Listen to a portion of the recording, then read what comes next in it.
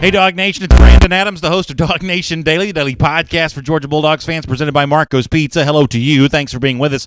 Busy show for us. Later on, we're going to get some intel from the Tennessee side of things. Injury to a quarterback. Is Jerry Garantano healthy? What's the latest on the player that left the sideline the other day?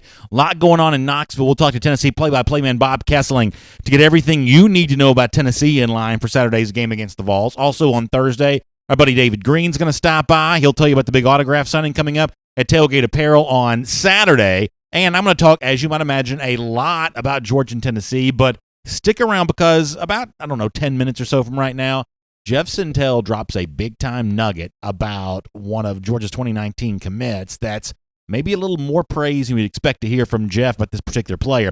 I'll share that with you. It's going to be really fun. We're glad you're with us. DawgNation Daily, presented by Marco's Pizza, begins right now.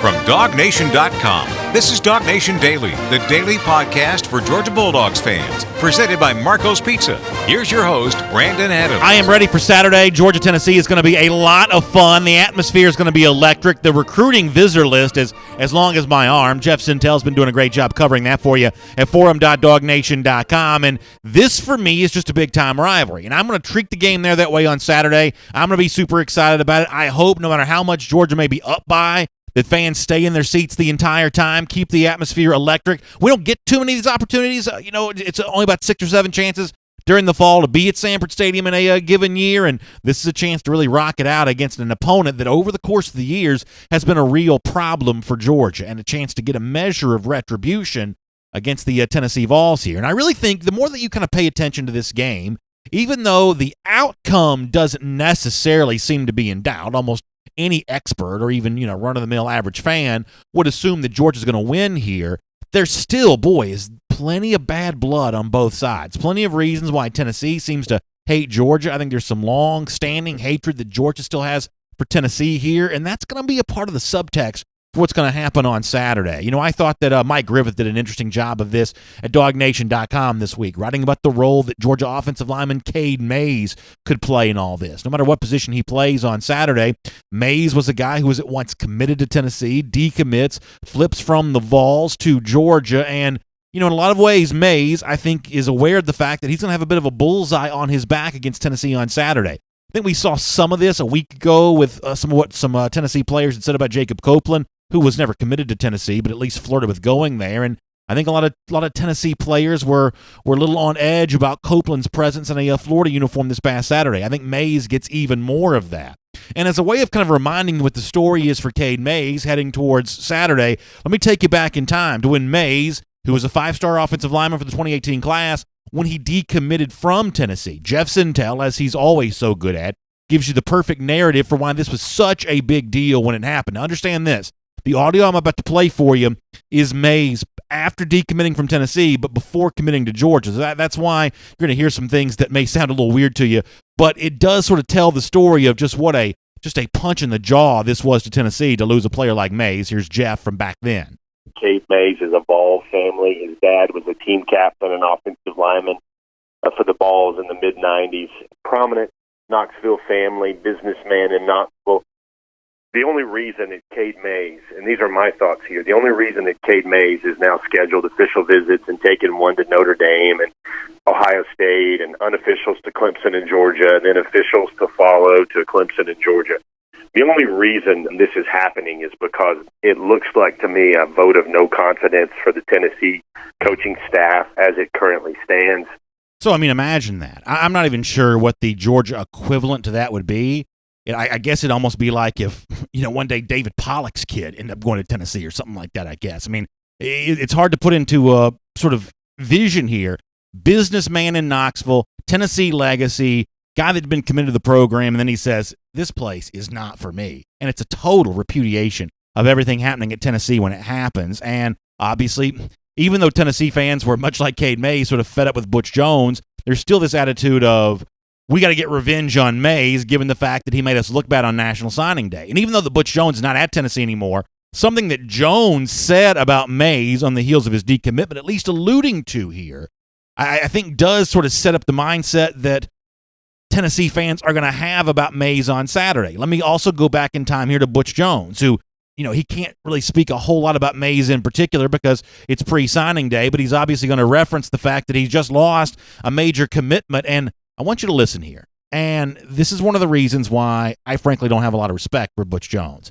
He takes, I believe, an unnecessary jab at Mays here. And the words that Jones uses, I think, will fuel some of the attitude that Tennessee fans are going to show on Saturday. Here is Butch Jones, I think, being a little unfair to Cade Mays. Take a listen. I think each individual has a different set of circumstances that they're looking for. And, you look at, instance, Trey Smith. Trey Smith wanted that challenge of helping us get Tennessee football back to a very, very high level. And he wanted that challenge. So I think each individual's different as well. But it's still, at the end of the day, it's forged on relationships over time. And it's ongoing and it's ever developing. And that's every program. That's not just Tennessee. That's the world of recruiting that we live in. So if you don't know the backstory here, that may not seem all that salacious. But here's the backstory that many of you are aware of.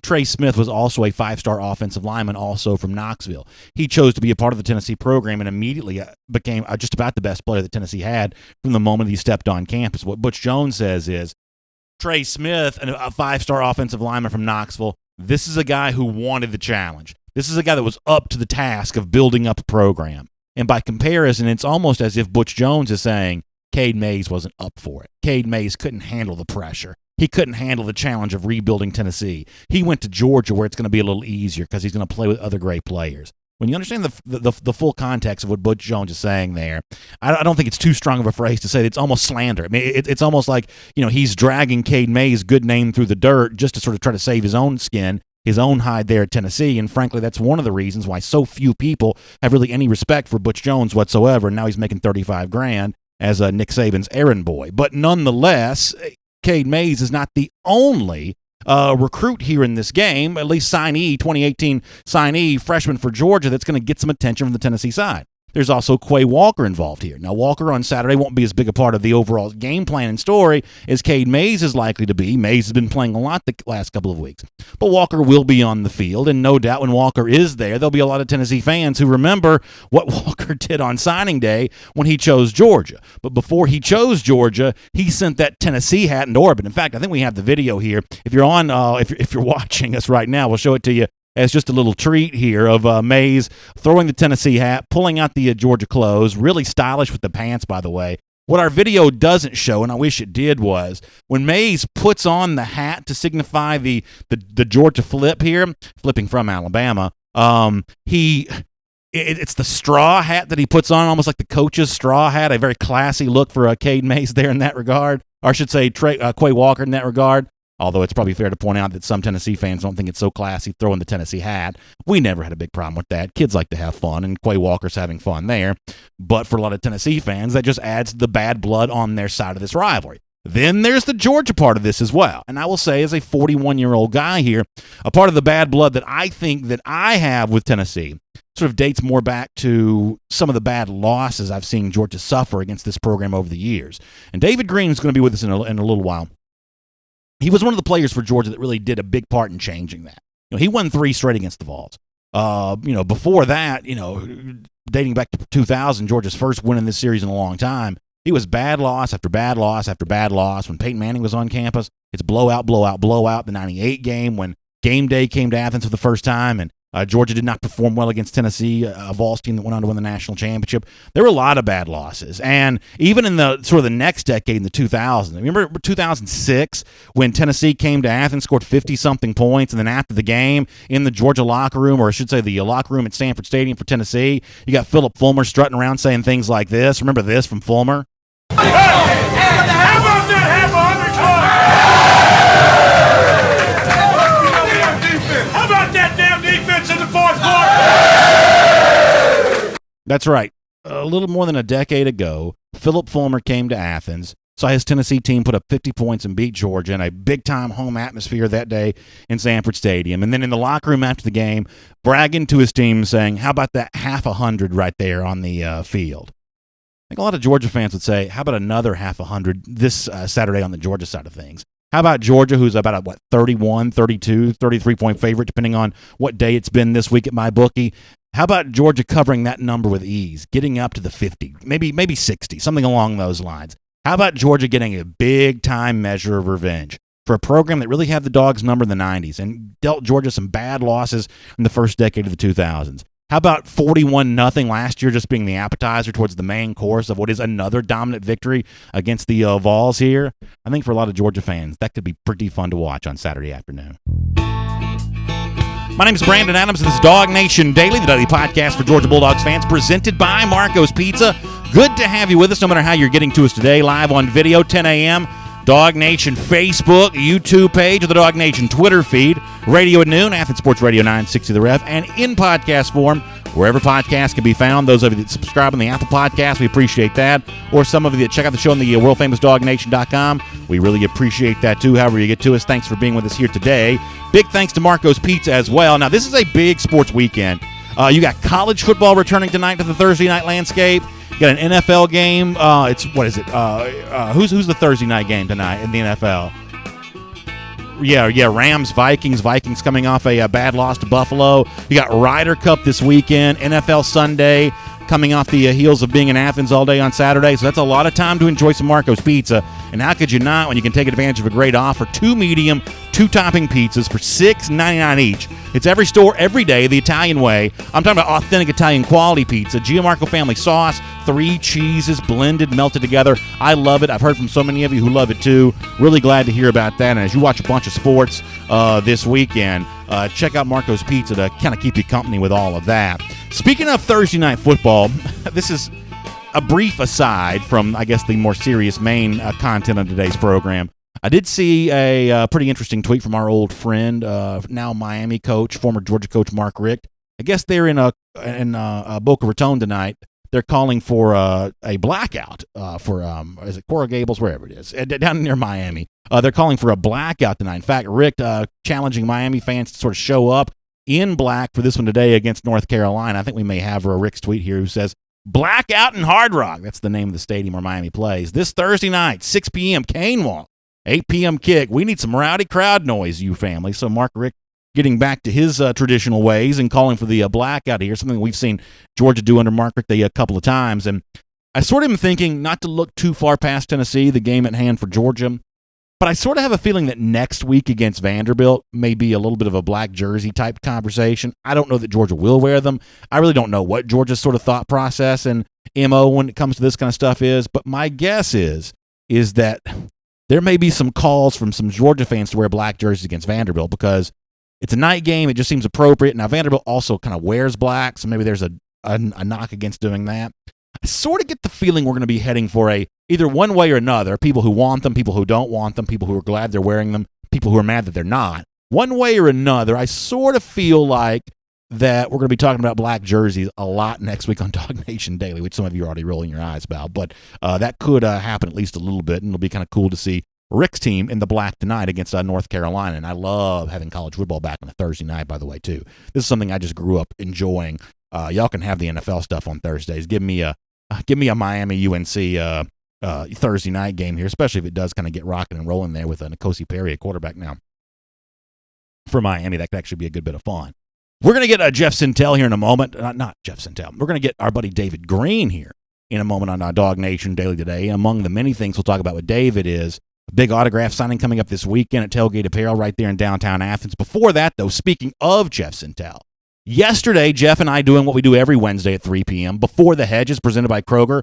Some really good recruiting talk. And if you've not been paying attention to the recruiting scene as of late, or if you missed Before the Hedges yesterday, take a listen to what Jeff Sintel says about Georgia linebacker commit Tresman Marshall, a guy that Jeff Sintel says, of all the potential next Roquan Smiths at Georgia, Tresman Marshall may actually fit that bill more than anybody else.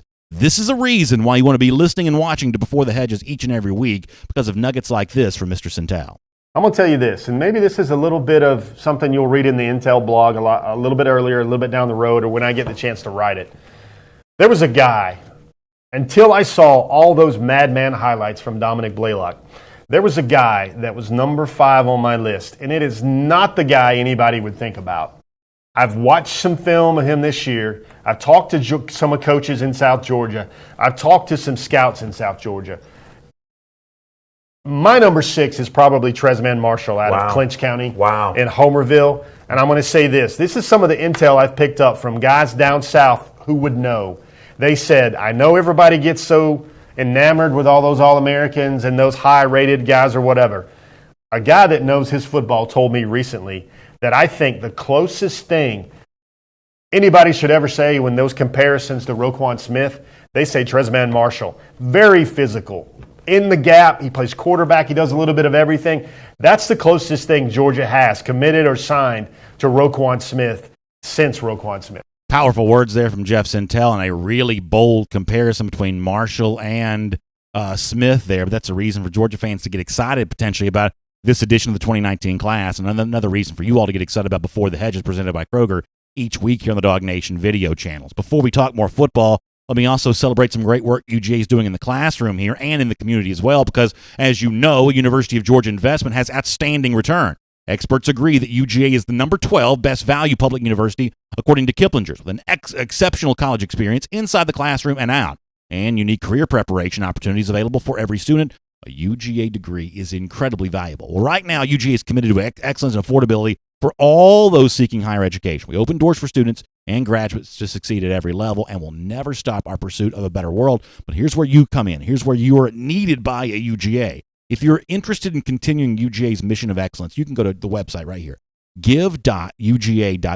The website, once again, for those of you who are listening, give.uga.edu, and you can learn how you can invest in UGA's future. We appreciate you being here on DawgNation Daily, presented by Marco's Pizza today. Hope you enjoy David Greene right now. And he is the former Georgia quarterback, and as I said a moment ago, a guy that factored heavily in some of the great Georgia wins against Tennessee in the first decade of the 2000s. And he's going to tell us later on about a big autograph signing coming up at Tailgate Apparel on Saturday here as the Dogs get ready to host the Vols one more time. David, welcome back here to a DawgNation Daily. We really appreciate your time. How are you doing today? Doing good, Brandon. How you doing, buddy? I'm doing really well. It's great to have you on the program, and I did mention your name before you kind of came on here today, just in terms of, you know, the impact you had on the Georgia-Tennessee rivalry. And, David, I know you'll remember this, and maybe for some of our younger audience, they may not be quite aware of this. As a redshirt, you guys beat Tennessee in 2000, and then as a player, as the starting quarterback, you won 3 straight, 01, 02, and 03. But before that, for, all throughout the decade of the 90s, Tennessee had put together a long winning streak against UGA, unfortunately. How special was it for you to be really one of the central figures in changing all of that? And when you guys first started beating Tennessee, both in terms of a redshirt year in 2000 and then the hobnail boot game and everything else that occurred after that, I mean, how big of a moment was that for you when you look back on your own career? How much do you appreciate just the fact that you really changed and flipped a rivalry that Georgia fans had gotten pretty pessimistic about? You know, Brandon, it's funny. You know, as I look back on it now, you know, I appreciate it a lot more now because I kind of look at the big picture. At the time, you know, I was just an 18, 19-year-old kid that was playing football that felt like, you know, all this baggage that we had carried for years, you know, during the 90s and losing to Tennessee the whole time. I wasn't a part of that, and I really didn't. I never felt a part of it like a lot of the fans did. And that's the great thing about being young and being a player is, you know, you're just living in the moment, and now it's just we only really are worried about this team. You know, you're not worried about, you know, previous years of sitting in the stadium and watching us get beat, and you got Peyton Manning and T. Martin and all these guys that have been torching us. I wasn't a part of it, and sure. So and I think that's such a positive because a lot of the guys, you know, you don't carry some of the baggage that some of the fans do that have had to go through some of the tough times. And but looking back on it now, of course, that game in 01, you know, not only was that a big game, you know, against Tennessee, I think it was a huge game for our program because Sure. At that point, you know, Georgia we'd win the games we were supposed to win, but we would also lose the games that we were supposed to lose, and that was one of the first times that we got to the point where we were winning a big game, and we were able to win a big game that nobody thought we would win, and it kind of showed the confidence that we had that the program I think it showed a lot of confidence we were going in the right direction. Yeah, it's a big game on the road. I mean, gosh knows how long it had been since Tennessee had lost to Georgia at home before 2001. And it could have been as far back as 1981, if memory serves correct. I mean, it had been a long time since Georgia had beaten Tennessee there in Knoxville. And then the following year, y'all obviously, of course, win the SEC. I mean, the confidence gain from that road win, even though it's not the same season, but it was many of the same players, the confidence gain from that road win, hobnail boot, and everything else that went on along with it. I mean, how much do you think that put wind in your sails for ultimately going on to win the SEC the following year? Well, it brought a lot of confidence because it's one of those deals, you get ready for the season, and, Coach Rick got there with a new scheme, a whole new culture, a way of going about doing things. You think it's the right way, but the big test is, does it work, in a game scenario? And I think we could tell that it was definitely working. We were on the right path. We had the right formula. Now we just got to get better. Let's just keep getting better week in and week out. But the plan and kind of the blueprint, I think we had a pretty good feel after that game that, hey, this is right. Now we got something special here. Let's put the pedal down and see how far this thing can go. And we won't stay, living in the past the entire time we're talking here today, but I think it is worth pointing out that, we obviously talk a lot about the hobnail boot game. We talked about that a bit last week when you were on with us, but that wasn't the only, great memory of your time against Tennessee. A couple weeks ago, if you'll remember, Sean Jones made the appearance at a Tailgate Apparel for the autograph signing before one of the games earlier this year. We kind of talked about the fumble return he had for a touchdown in the 2003 game there in Neyland Stadium, a blowout win for UGA. David, I know you're like me. You'll remember the field goal block that Boss Bailey had, where he literally leaped 100 feet in the air, it seemed like, to block the field goal there in 2002. I mean, it wasn't just hobnail boot for you against Tennessee. You were actually a part of some really cool moments in this series even beyond that. There's no question. And look, Tennessee's got a rich history. They've had a lot of phenomenal players, and they were still really good in the early 2000s. I mean, they were, it was typically between us, Tennessee, and Florida, back then, and typically one of those three where we're going to win the East, and that was always a tough game. I mean, defensively, they were always putting a number of guys into the pros. Same with the offense. And to be able to come out there and we, be a part of some good teams that had some good wins. You talk about the Boss Baileys. I'll never forget, like you said, seeing the picture of the poor guy who snapped the ball. That's back when you could jump over the guy from the long snapper, and and Boss's, crotch or his waist was all the way well over the guy's head. And Boss is not a short guy to begin with. He's already, 6'3", 6'4". That had to be pretty intimidating for the kicker, I imagine. I mentioned Tailgate Apparel, of course, 279 East Broad Street there in downtown Athens. It's the old Harry Bissett's building. Another big autograph signing coming up on Saturday before the Dogs take on the Vols once again. David will tell us about that in a moment. David, I guess let me also get your thoughts here on what happened a week ago against Missouri. A 2-touchdown win on the road. Those are always good in SEC play. Some Georgia fans may be a little restless about the fact it was closer than they wanted it to be. What was your overall takeaway from what you saw between Georgia and Missouri last week? Well, look, I think the standard that we have at Georgia now, I think the standard that the coaches and the players set for themselves, and I guess the fans were all following behind, it's a high standard. And I don't think we quite played, to the discipline that we're used to seeing. We've kind of gotten away from for a long time with, some of the penalties and kind of bonehead plays, and I'm talking about dropping the ball as you're crossing the goal line. I know that's causing stress with everybody. The one thing that I think has concerned me a little bit more, if I, have a concern, it would just be, and it was kind of this way at the beginning of last year as well, it's just not dominating necessarily in the trenches yet. And it was funny how last year you could tell the team got a lot better. Run blocking improved dramatically from the beginning of last year to the end. And same with the defense. We got a lot better, but, right now, from a physicality standpoint, I kind of felt like, defensively up front, we kind of got whipped a little bit at times, which is concerning. We're hoping that's something that, Kirby and is a point of emphasis, and everybody's going to, that's the area we're really going to improve on. But that's something long term when you get into the, the Auburns, and those are the battles that we got to match up, and we got to perform well in those areas. We want to play championship-type football. But the other thing I want to mention is, we have some explosive players. I'm looking at our receiving core, and, some of the catches those guys are making. And, Hardman, how open he was when he faked the corner and came back to the post. mean, I'm not used to seeing guys 15 yards wide open, but we've got some explosive players, and it shows that we can play a sloppy game and beat a good Missouri team and still win by double digits. We've got the potential to be a really, really good football team. You mentioned the idea of dropping the ball near the goal line. I do want to ask you about that in a second. Let me squeeze in one more question before we get there, though. I don't know how much you've had a chance to pay attention to this story, but Kelly Bryant was the Clemson quarterback last year that led them to the college football playoff. He lost his starting job this week to Trevor Lawrence, who was the nation's #1 player, rated slightly ahead of Justin Fields for the class of 2018. Lawrence going to start this week. Bryant's announced his decision to transfer. You've had the same kind of thing potentially going on in Alabama with Jalen Hurts and Tua Tagovailoa. That seems to have kind of quieted down now, but for a while there was some fear from Alabama's side that Hurts may transfer. What is your thought about how quickly some of these quarterbacks are starting to transfer now, and how well does that speak of Jake Fromm and Justin Fields? The fact that even though Fromm is clearly the starter and Fields looks like a very capable backup, somehow they've been able to coexist and get along with each other, and I think, at least from my perspective, kind of keep the team first here. What do you think about all of this that's kind of going on there in that regard? Well, it's weird that, the game of college football has changed dramatically, even over the last 15 years. It used to be, even, Brandon, when I was getting recruited, coaches really wanted guys that wanted to come play for the University of Georgia. And it was, you talk about the Georgia first type mentality.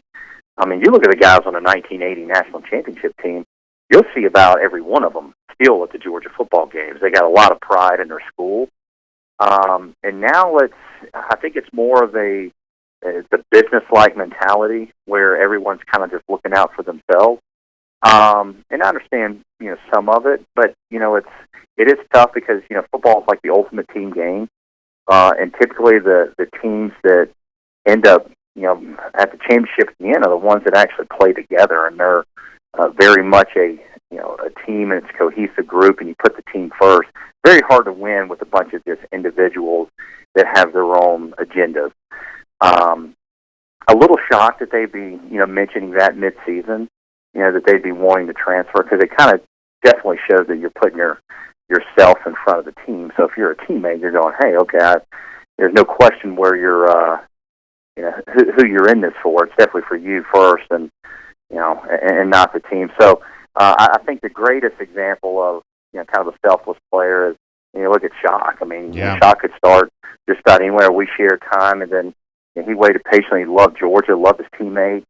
When he had his chance to shine, I mean, boy, did he. I mean, he came out there and brought a SEC championship to Georgia, and was part of great championships when I was there, and we shared time together and made it work. So it's definitely doable. For this day and time, it's such a business-like approach. Like you said, I'm a little shocked that the guys are announcing it mid-year. All right, before we hear about what's going to happen at Tailgate Apparel on Saturday, let me do one more thing here. You joked about Georgia dropping the ball at the goal line a moment ago. It happened with J.J. Holliman on Saturday. It happened with DeAndre Baker against South Carolina. If I put you in place of Kirby Smart, how are you solving that problem, David? It seems almost perplexing that it is a problem, but I guess it's one that maybe Georgia needs to solve right now. Well, I think you to tell the guys, look, when you score a touchdown, you're going to hand the ball to the official. And if you don't do it, then your punishment run on Monday morning is going to be so severe. I promise you'll never do it again. And that's the way they treated us as well. You put fear. You make sure that people think about it. And right now, you could tell it just. I think the first one with Baker, you kind of thought was just okay. That was just kind of a fluke. It won't happen again. And when it happened, second time last week, you're going, okay, this is becoming an issue now. We've got to make sure this doesn't happen again. So I guarantee you Kirby's done something to where they realize that they're not going to do it again, or the consequences, I promise you, were not worth dropping the ball right there as you're crossing the goal line. Tailgate Apparel is 279 East Broad Street, downtown Athens, the old Harry Bissett's building. Great location. Great way to kind of get in and get some air conditioning and stay out of the heat at least a little bit, getting ready for the game on Saturday. David, you told us last week that you were going to be signing autographs at Tailgate Apparel on Saturday. If you don't mind giving us some more details here, the times and everything that's going to be going on there at a tailgate before the game on Saturday. Absolutely. Well, looking forward to going to the store. I actually hadn't been to a home game yet this year, so I'm excited about doing that. I have my family with me. We're coming from a youth league football game. I'll be getting there on two wheels about 1:30 is one time the signing starts, and it'll run all the way to kickoff. And so, yeah, if you're on North Campus or, downtown, come by and see me. Love to see you. And, of course, Tailgate's got some great apparel. And it's funny, every game people go to now, you see more and more stuff out there in the crowd. So it's exciting times at Tailgate for sure. Oh, I'll tell you this, David. I'm a fan of Tailgate apparel. I love wearing the gear around, and it really stands out. We have had events where people show up there wearing the Tailgate apparel stuff, and you can just sort of tell right away it's distinctive. I always kind of refer to it as sort of the retro feel. I like that. I like the T-shirts and the sweatshirts and the things like that kind of throw back to kind of a golden age for college football. That's the look. It's really classy and clean looking.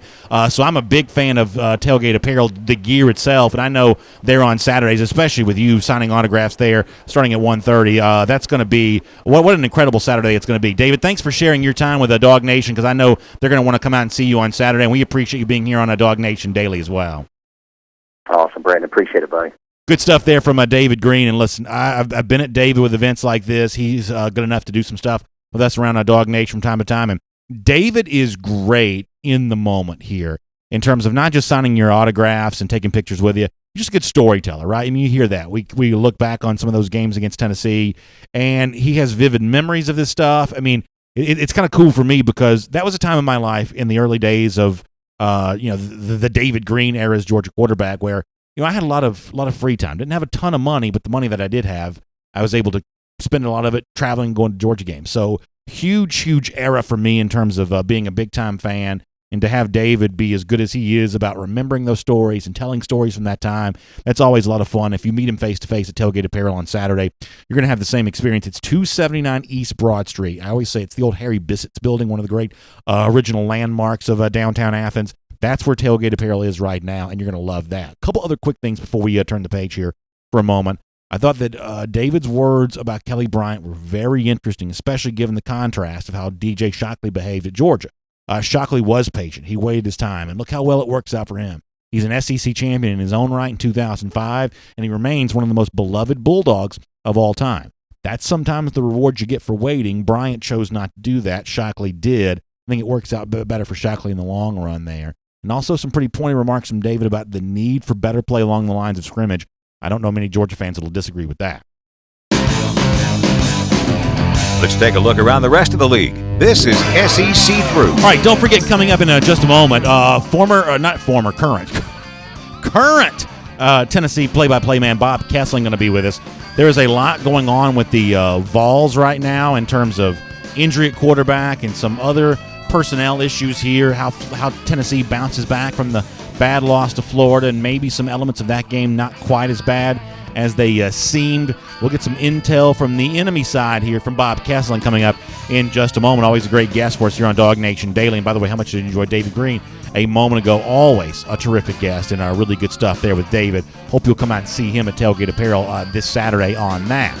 Now, let's transition to our SEC Through. And Thursday, if you don't mind me saying so, is about my favorite day of the week to do the SEC Through here on DawgNation Daily, because it's a chance to do our MyBookie Best Bets. You've been hearing me tell you about MyBookie for a while now. You know that it's the only service that DawgNation would recommend, that DawgNation Daily trusts, because they are known as the fast, no-hassle payout folks.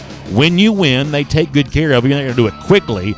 And right now, they've got an even better offer for you than that. And I've heard from a lot of you who've taken advantage of this offer, and I'm glad to know that you're being smart. You're a winner essentially before you get your first bet down, because at MyBookie, they're going to match your first deposit dollar for dollar. But you got to use the promo code DawgNation. It's all one word, as I like to say, spelled the way that it's supposed to be, D-A-W-G, DawgNation.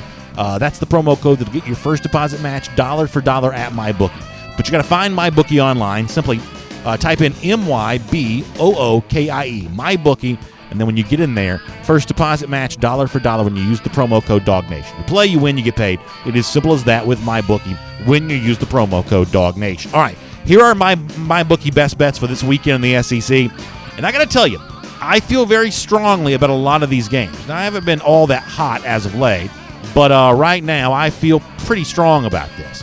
So let me start here with Arkansas, Texas A&M. Again, in Arlington, Texas, they have a series neutral site between these two teams.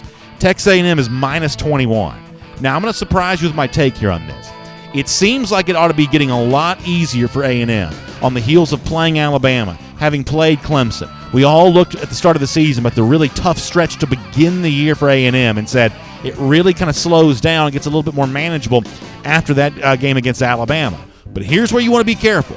It's that exhale moment. It's that, okay, now we can take it easy because the gauntlet of the early part of the schedule is over here. And Arkansas right now is the worst team in the SEC.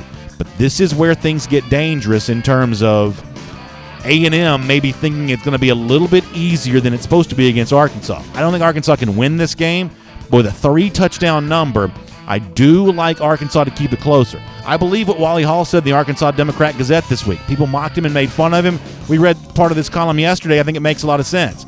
Go back and look at that Arkansas-Auburn game, a game in which Auburn won 34-3. There was a lot to say that Arkansas was closer with Auburn than the final score indicated, which may mean they're ready to play a little closer with Texas A&M, who simply may just be tired after having gotten whipped by Alabama and dealt with the emotional thing of the Clemson close game. This could be a letdown moment for Arkansas, squeaking out a much closer win than they want to. Arkansas, for me, plus 21 is a MyBookie best bet. Same logic for me on the other side with Southern Miss and Auburn. Now, here's my advice to you at MyBookie, and I hate to give advice that's going to take money out of MyBookie's wallet here, but I think this is the right way to do this. I think 27 is a dangerous number. I think that you want to try to wait until Saturday to see if this thing climbs to at least 28, which, as many of you know, is a bit of a key number here. Climb to 28, probably doesn't go higher than that, but see if you can get Southern Miss plus 28. I think Auburn here, offensively, they've had a lot of trouble. They have not played well offensively in a lot of games thus far this season. So see if you can get a little bit better number with Southern Miss than plus 27. But if you can get Southern Miss at plus 28, that may be worth taking here. Believe it or not, the Golden Eagles from Hattiesburg are a MyBookie best bet for me. That's a strong play, in my opinion. I'm going to stay in the SEC West here with Mississippi State at home against Florida. I think this could potentially be a tough spot for Joe Moorhead. I think there's a lot of emotion in this game. As a former offensive coordinator at Penn State and a head coach at somewhere else before that, Central Michigan, Fordham, before that, he's not experienced the kind of emotion that's going to happen for him on Saturday, but he's got the far better team. As 7.5 is the number, I think Mississippi State here is a MyBookie best bet against Florida coming up. I think that Florida, not as good as they appeared against Tennessee. I think this ends up being a pretty easy win for Mississippi State. I think they cover the 7.5 easy there in MyBookie best bet. I also have a strong take on South Carolina and Kentucky. As we talked about yesterday, there has been a lot of back and forth about this game in terms of the point spread. It sort of flipped back and forth between South Carolina and Kentucky. In this particular case, though, I do believe that the South Carolina Gamecocks are the right side here. I think they beat Kentucky on Saturday. You may even want the money line here on this. Gamecocks, also a MyBookie best bet. I think that could be a lot of fun. And then finally, Ole Miss at LSU. This is a game in which I think that Ole Miss is really dangerous. LSU is an 11-point favorite, riding high, number 5 team in the country. Huge resume being built up here, but Ole Miss can score. And I know that Ole Miss has looked terrible against Alabama. I think there's going to be too much read into that, which I think makes this game dangerous here. Once again, this may be an example where a relatively big underdog is a bit of a live dog here. I'll take Ole Miss plus the 11, and I'll make Ole Miss a MyBookie best bet. So I feel pretty strong overall about the slate of games on Saturday. We'll just see if I end up being correct with my picks there. But those are my MyBookie best bets. Best of luck to you when you're making your selections there as well. And here on DawgNation Daily, let's turn our attention back here to Georgia and Tennessee on Saturday. A great rivalry renewed in Athens once again, and a guy that's got great insight on all of that. Good enough to join us here on DawgNation Daily, presented by Marco's Pizza today, is the Tennessee play-by-play man. It's Bob Kesling. Bob, welcome back to DawgNation Daily. We really appreciate your time. Hope you're doing well today. I am, Brandon. Thanks. So let's talk, I guess, first off the top here about what happened against Florida last week, because as we've been pointed out by some, the turnovers, and I think it was 6 for the Vols, end up giving a lot of short fields to Florida there in that game. For Georgia fans who see themselves as a pretty big favorite on Saturday, how much do you think what happened against Florida is reflective of the current state of the Vols right now, or is that a different game if Tennessee could have just found a way to hold on to the football a little bit more than it did? Well, you got to remember the first 2 games, Tennessee didn't have a single turnover, so it was kind of not characteristic of how this team has played. the one thing about the turnovers, yeah, they were big, but they were momentum killers. Tennessee was down 14-3. They tried an onside kick. They executed it perfectly, except for grabbing the football. They had four guys around P. Ryan. Somebody was supposed to block P. Ryan. Somebody else was supposed to grab the ball, and P. Ryan just went amongst all four of them and grabbed it.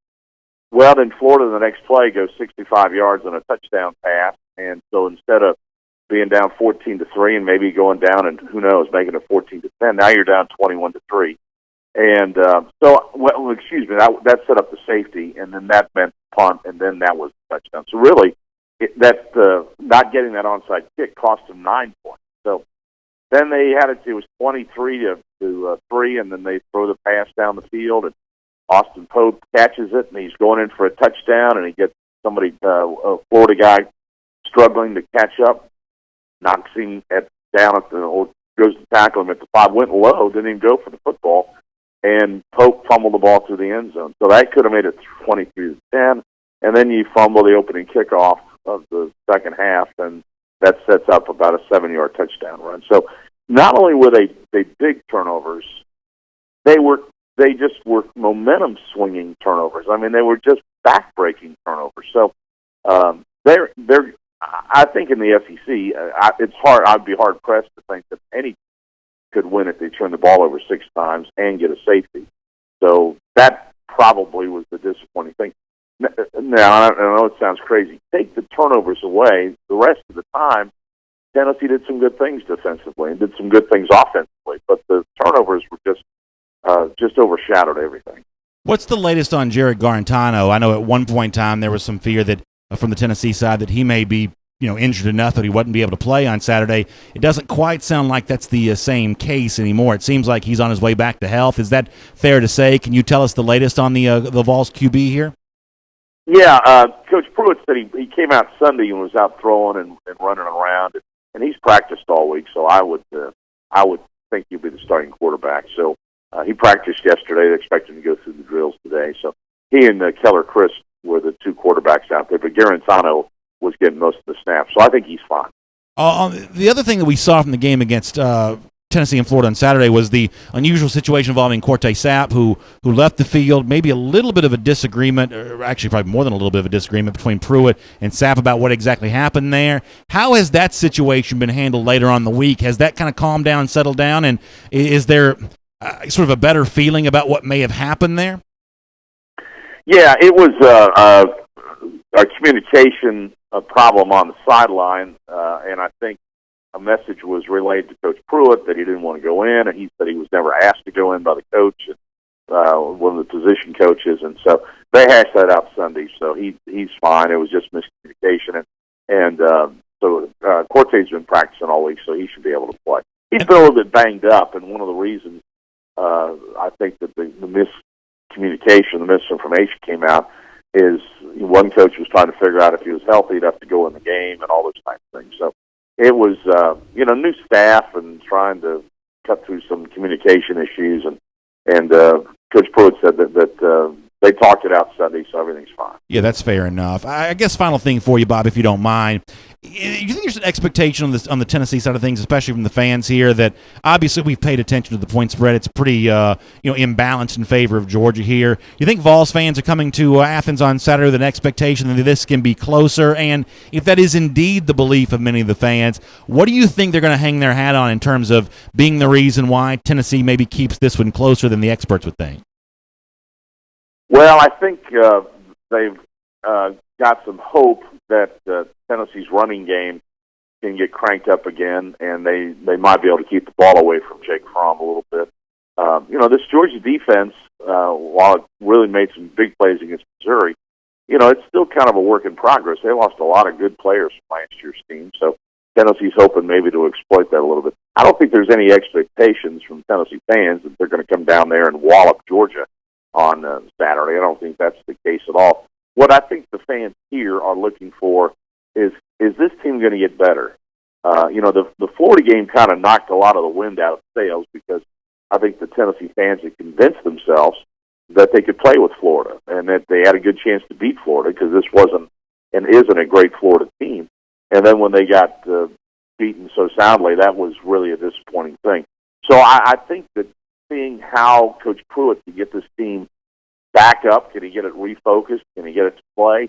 I don't think the Tennessee fans think this is the most talented team that Tennessee's ever had, but I think they believe in Coach Pruitt that he's going to be able to coach them up, scheme them up, and get them ready. And that's what the hope is on Saturday, that they're going to be able to come out and get a good effort. And Tennessee fans are looking for improvement every week, and so we'll see what happens on Saturday. And I think, as I'm sure you're aware, Kirby Smart gave a lot of respect to that Tennessee running game this week, so he's certainly expecting a physical performance from the Vols on the other side there.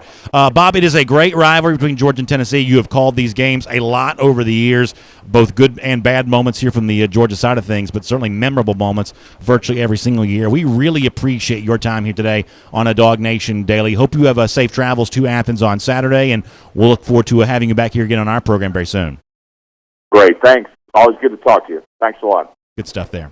Yeah, good stuff there from Bob Kesling, terrific voice of the Tennessee Volunteers. Good insight there in terms of what, and very realistic assessment, by the way, from Tennessee fans who are, maybe realistic in some respects, a little optimistic about the ability to maybe run the football there, and as he said, keep the ball away from Jake Fromm. That could be a very interesting thing to pay attention to. By the way, before I do the Gator Hater Countdown, let me also say that obviously there was a lot of online rumors and things like that of various natures about Fromm yesterday and some sort of injury. That's been, I think, largely refuted out there, so no worry, no concern on that. Sounds like Fromm is good to go, at least based on some of the stuff that I've been hearing, so nice to know on that.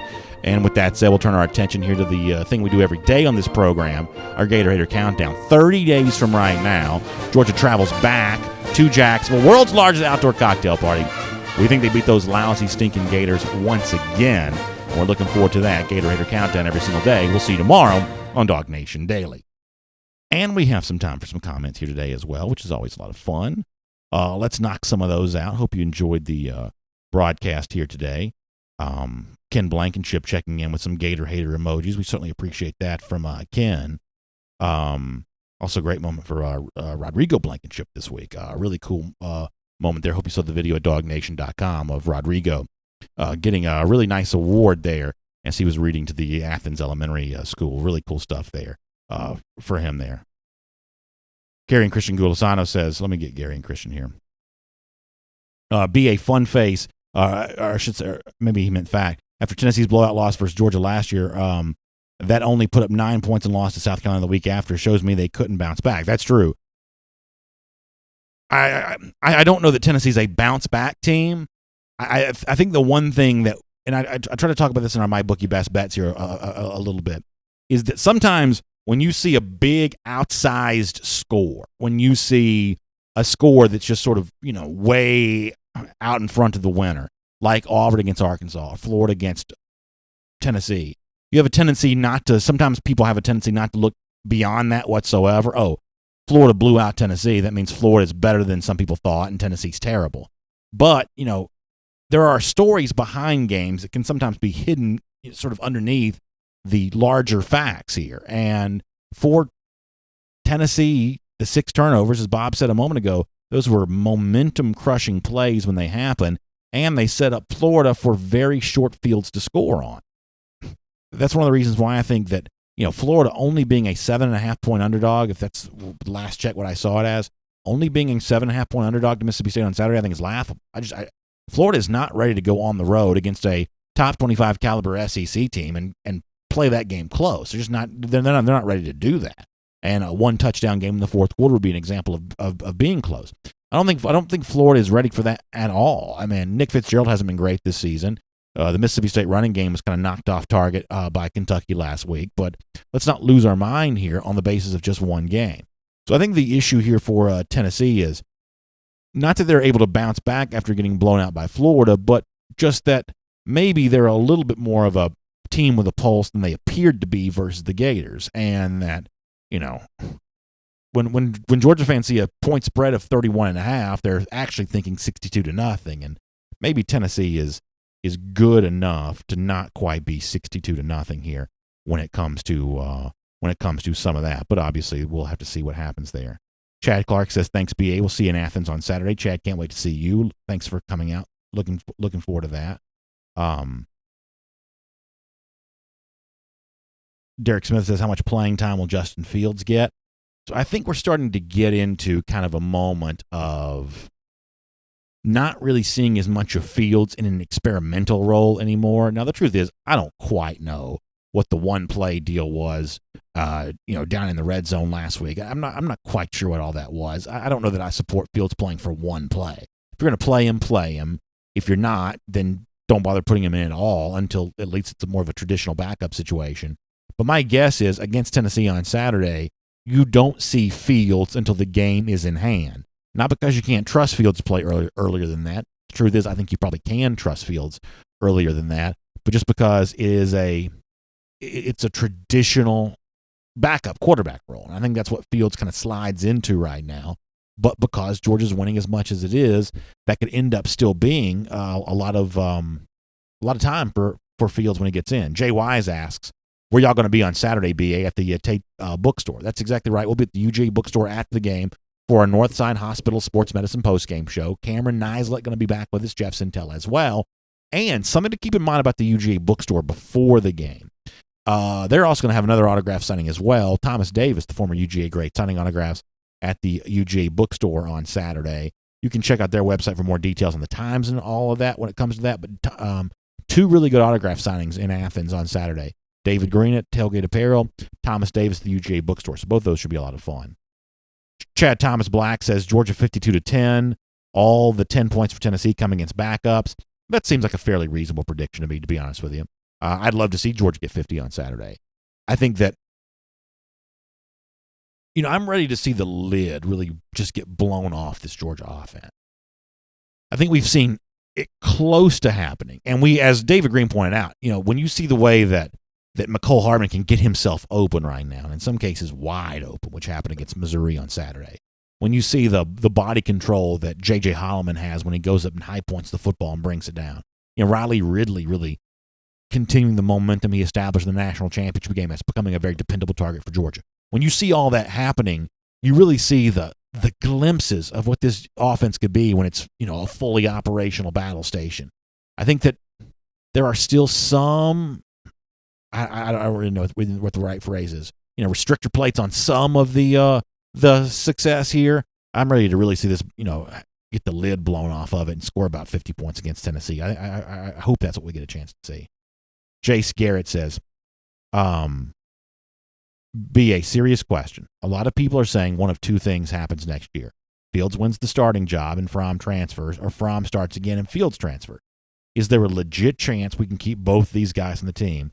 They are both too talented not to play. So, yeah, Jace, that's a very interesting question, a very fair question. I think this is obviously a very complicated subject, I guess, is the best way to say that. And I think there is a way that this works out for both guys. I do. I think that because injuries can happen, because competitions can be ongoing. I mean, the issue that I had with Kelly Bryant leaving Clemson in the middle of the year was, your numbers were similar to Lawrence anyway. Lawrence is a freshman. How about you show some confidence in yourself to beat him back out?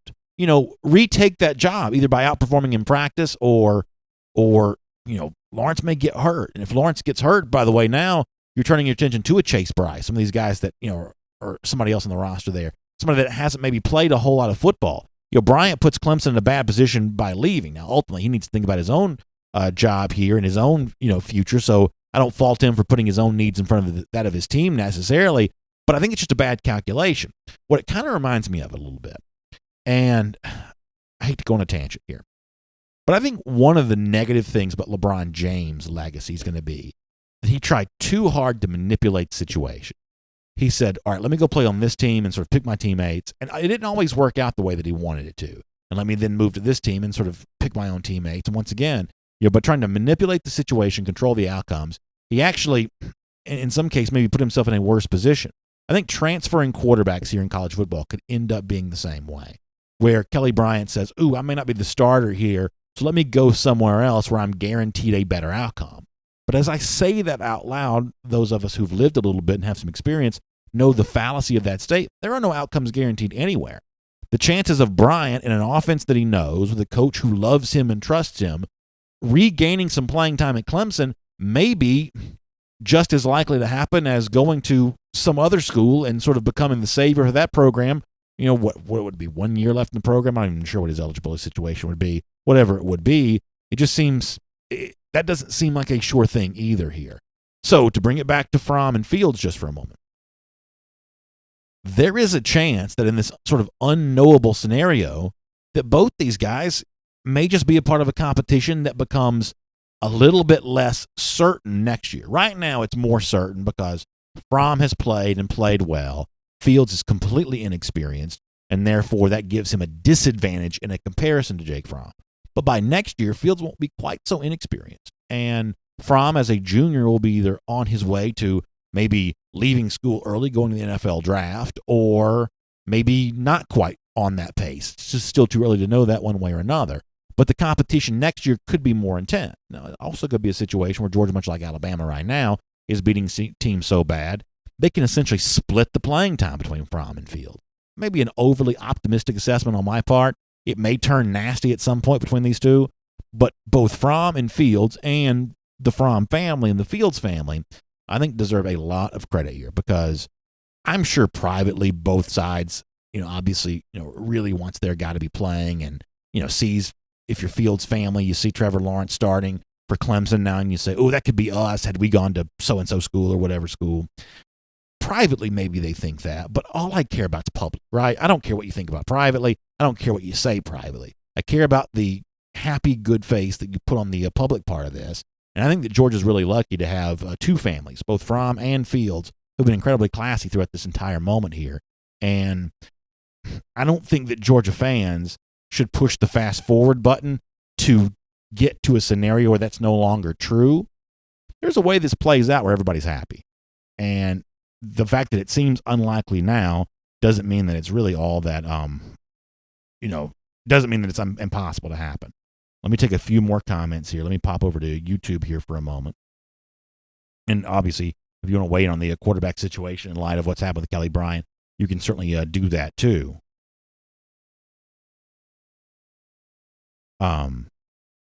Memphis Dog says that Kelly Bryant was a weenie for saying that Clemson stabbed him in the back.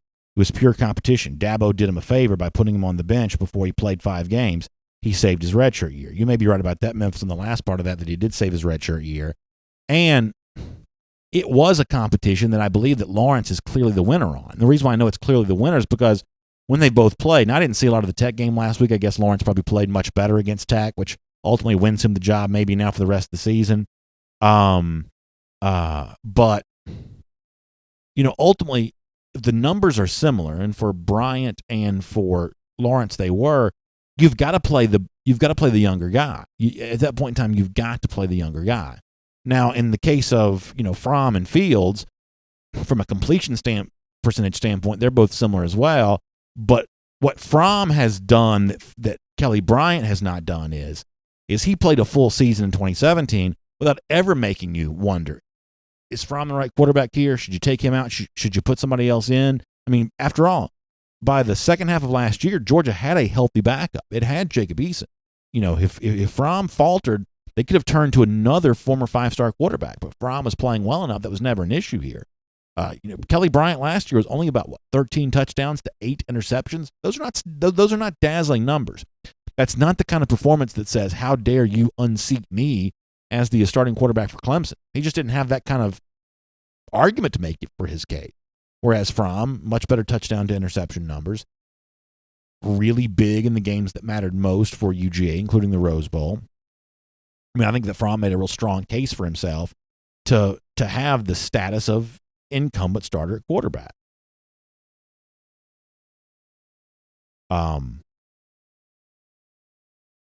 George, on the subject of quarterback transfers, saying you seem pretty solid there. I think overall, Kirby Smart's acknowledged it's not easy to keep these guys around, but Smart's also pretty smart, no pun intended, in terms of look at the way all these freshmen play. I mean, other than maybe Demetrius Robertson, who from Georgia is not really playing very much right now that you'd expect to be playing? Kirby Smart's done a good job of sort of doling out playing time all the way around. Now, I'm not telling you can keep everybody happy forever doing that, but Smart's overall substitution pattern as it is, and the assistant coaches that help him with that, and I have no idea. You're talking about herding cats. What must it be like to get players, of which you have, in a home game about 95, away game you still got 70. What must it be like, cycling those guys in and off the field over and over and over again? But the strategy in place there seems to be one that puts a lot of fresh players on the field, and the byproduct of that is it keeps a lot of smiling faces off the field because mamas are getting to see their young men on the grass there, which is always a good thing. Richard Lumpkin says he's got a terrible internet connection. Must be the hearing in D.C. today. Listen, we're staying far away from any of that kind of stuff here. This is the reprieve from a lot of that kind of stuff. Kid says, can UT really look all that different than last week? UGA is creating a lot of turnovers, and they're also scoring on some of that kind of stuff as well. Kid, that's a pretty good point right now. Let me go back over to Facebook. We got to get ready to go here. Got a lot going on today.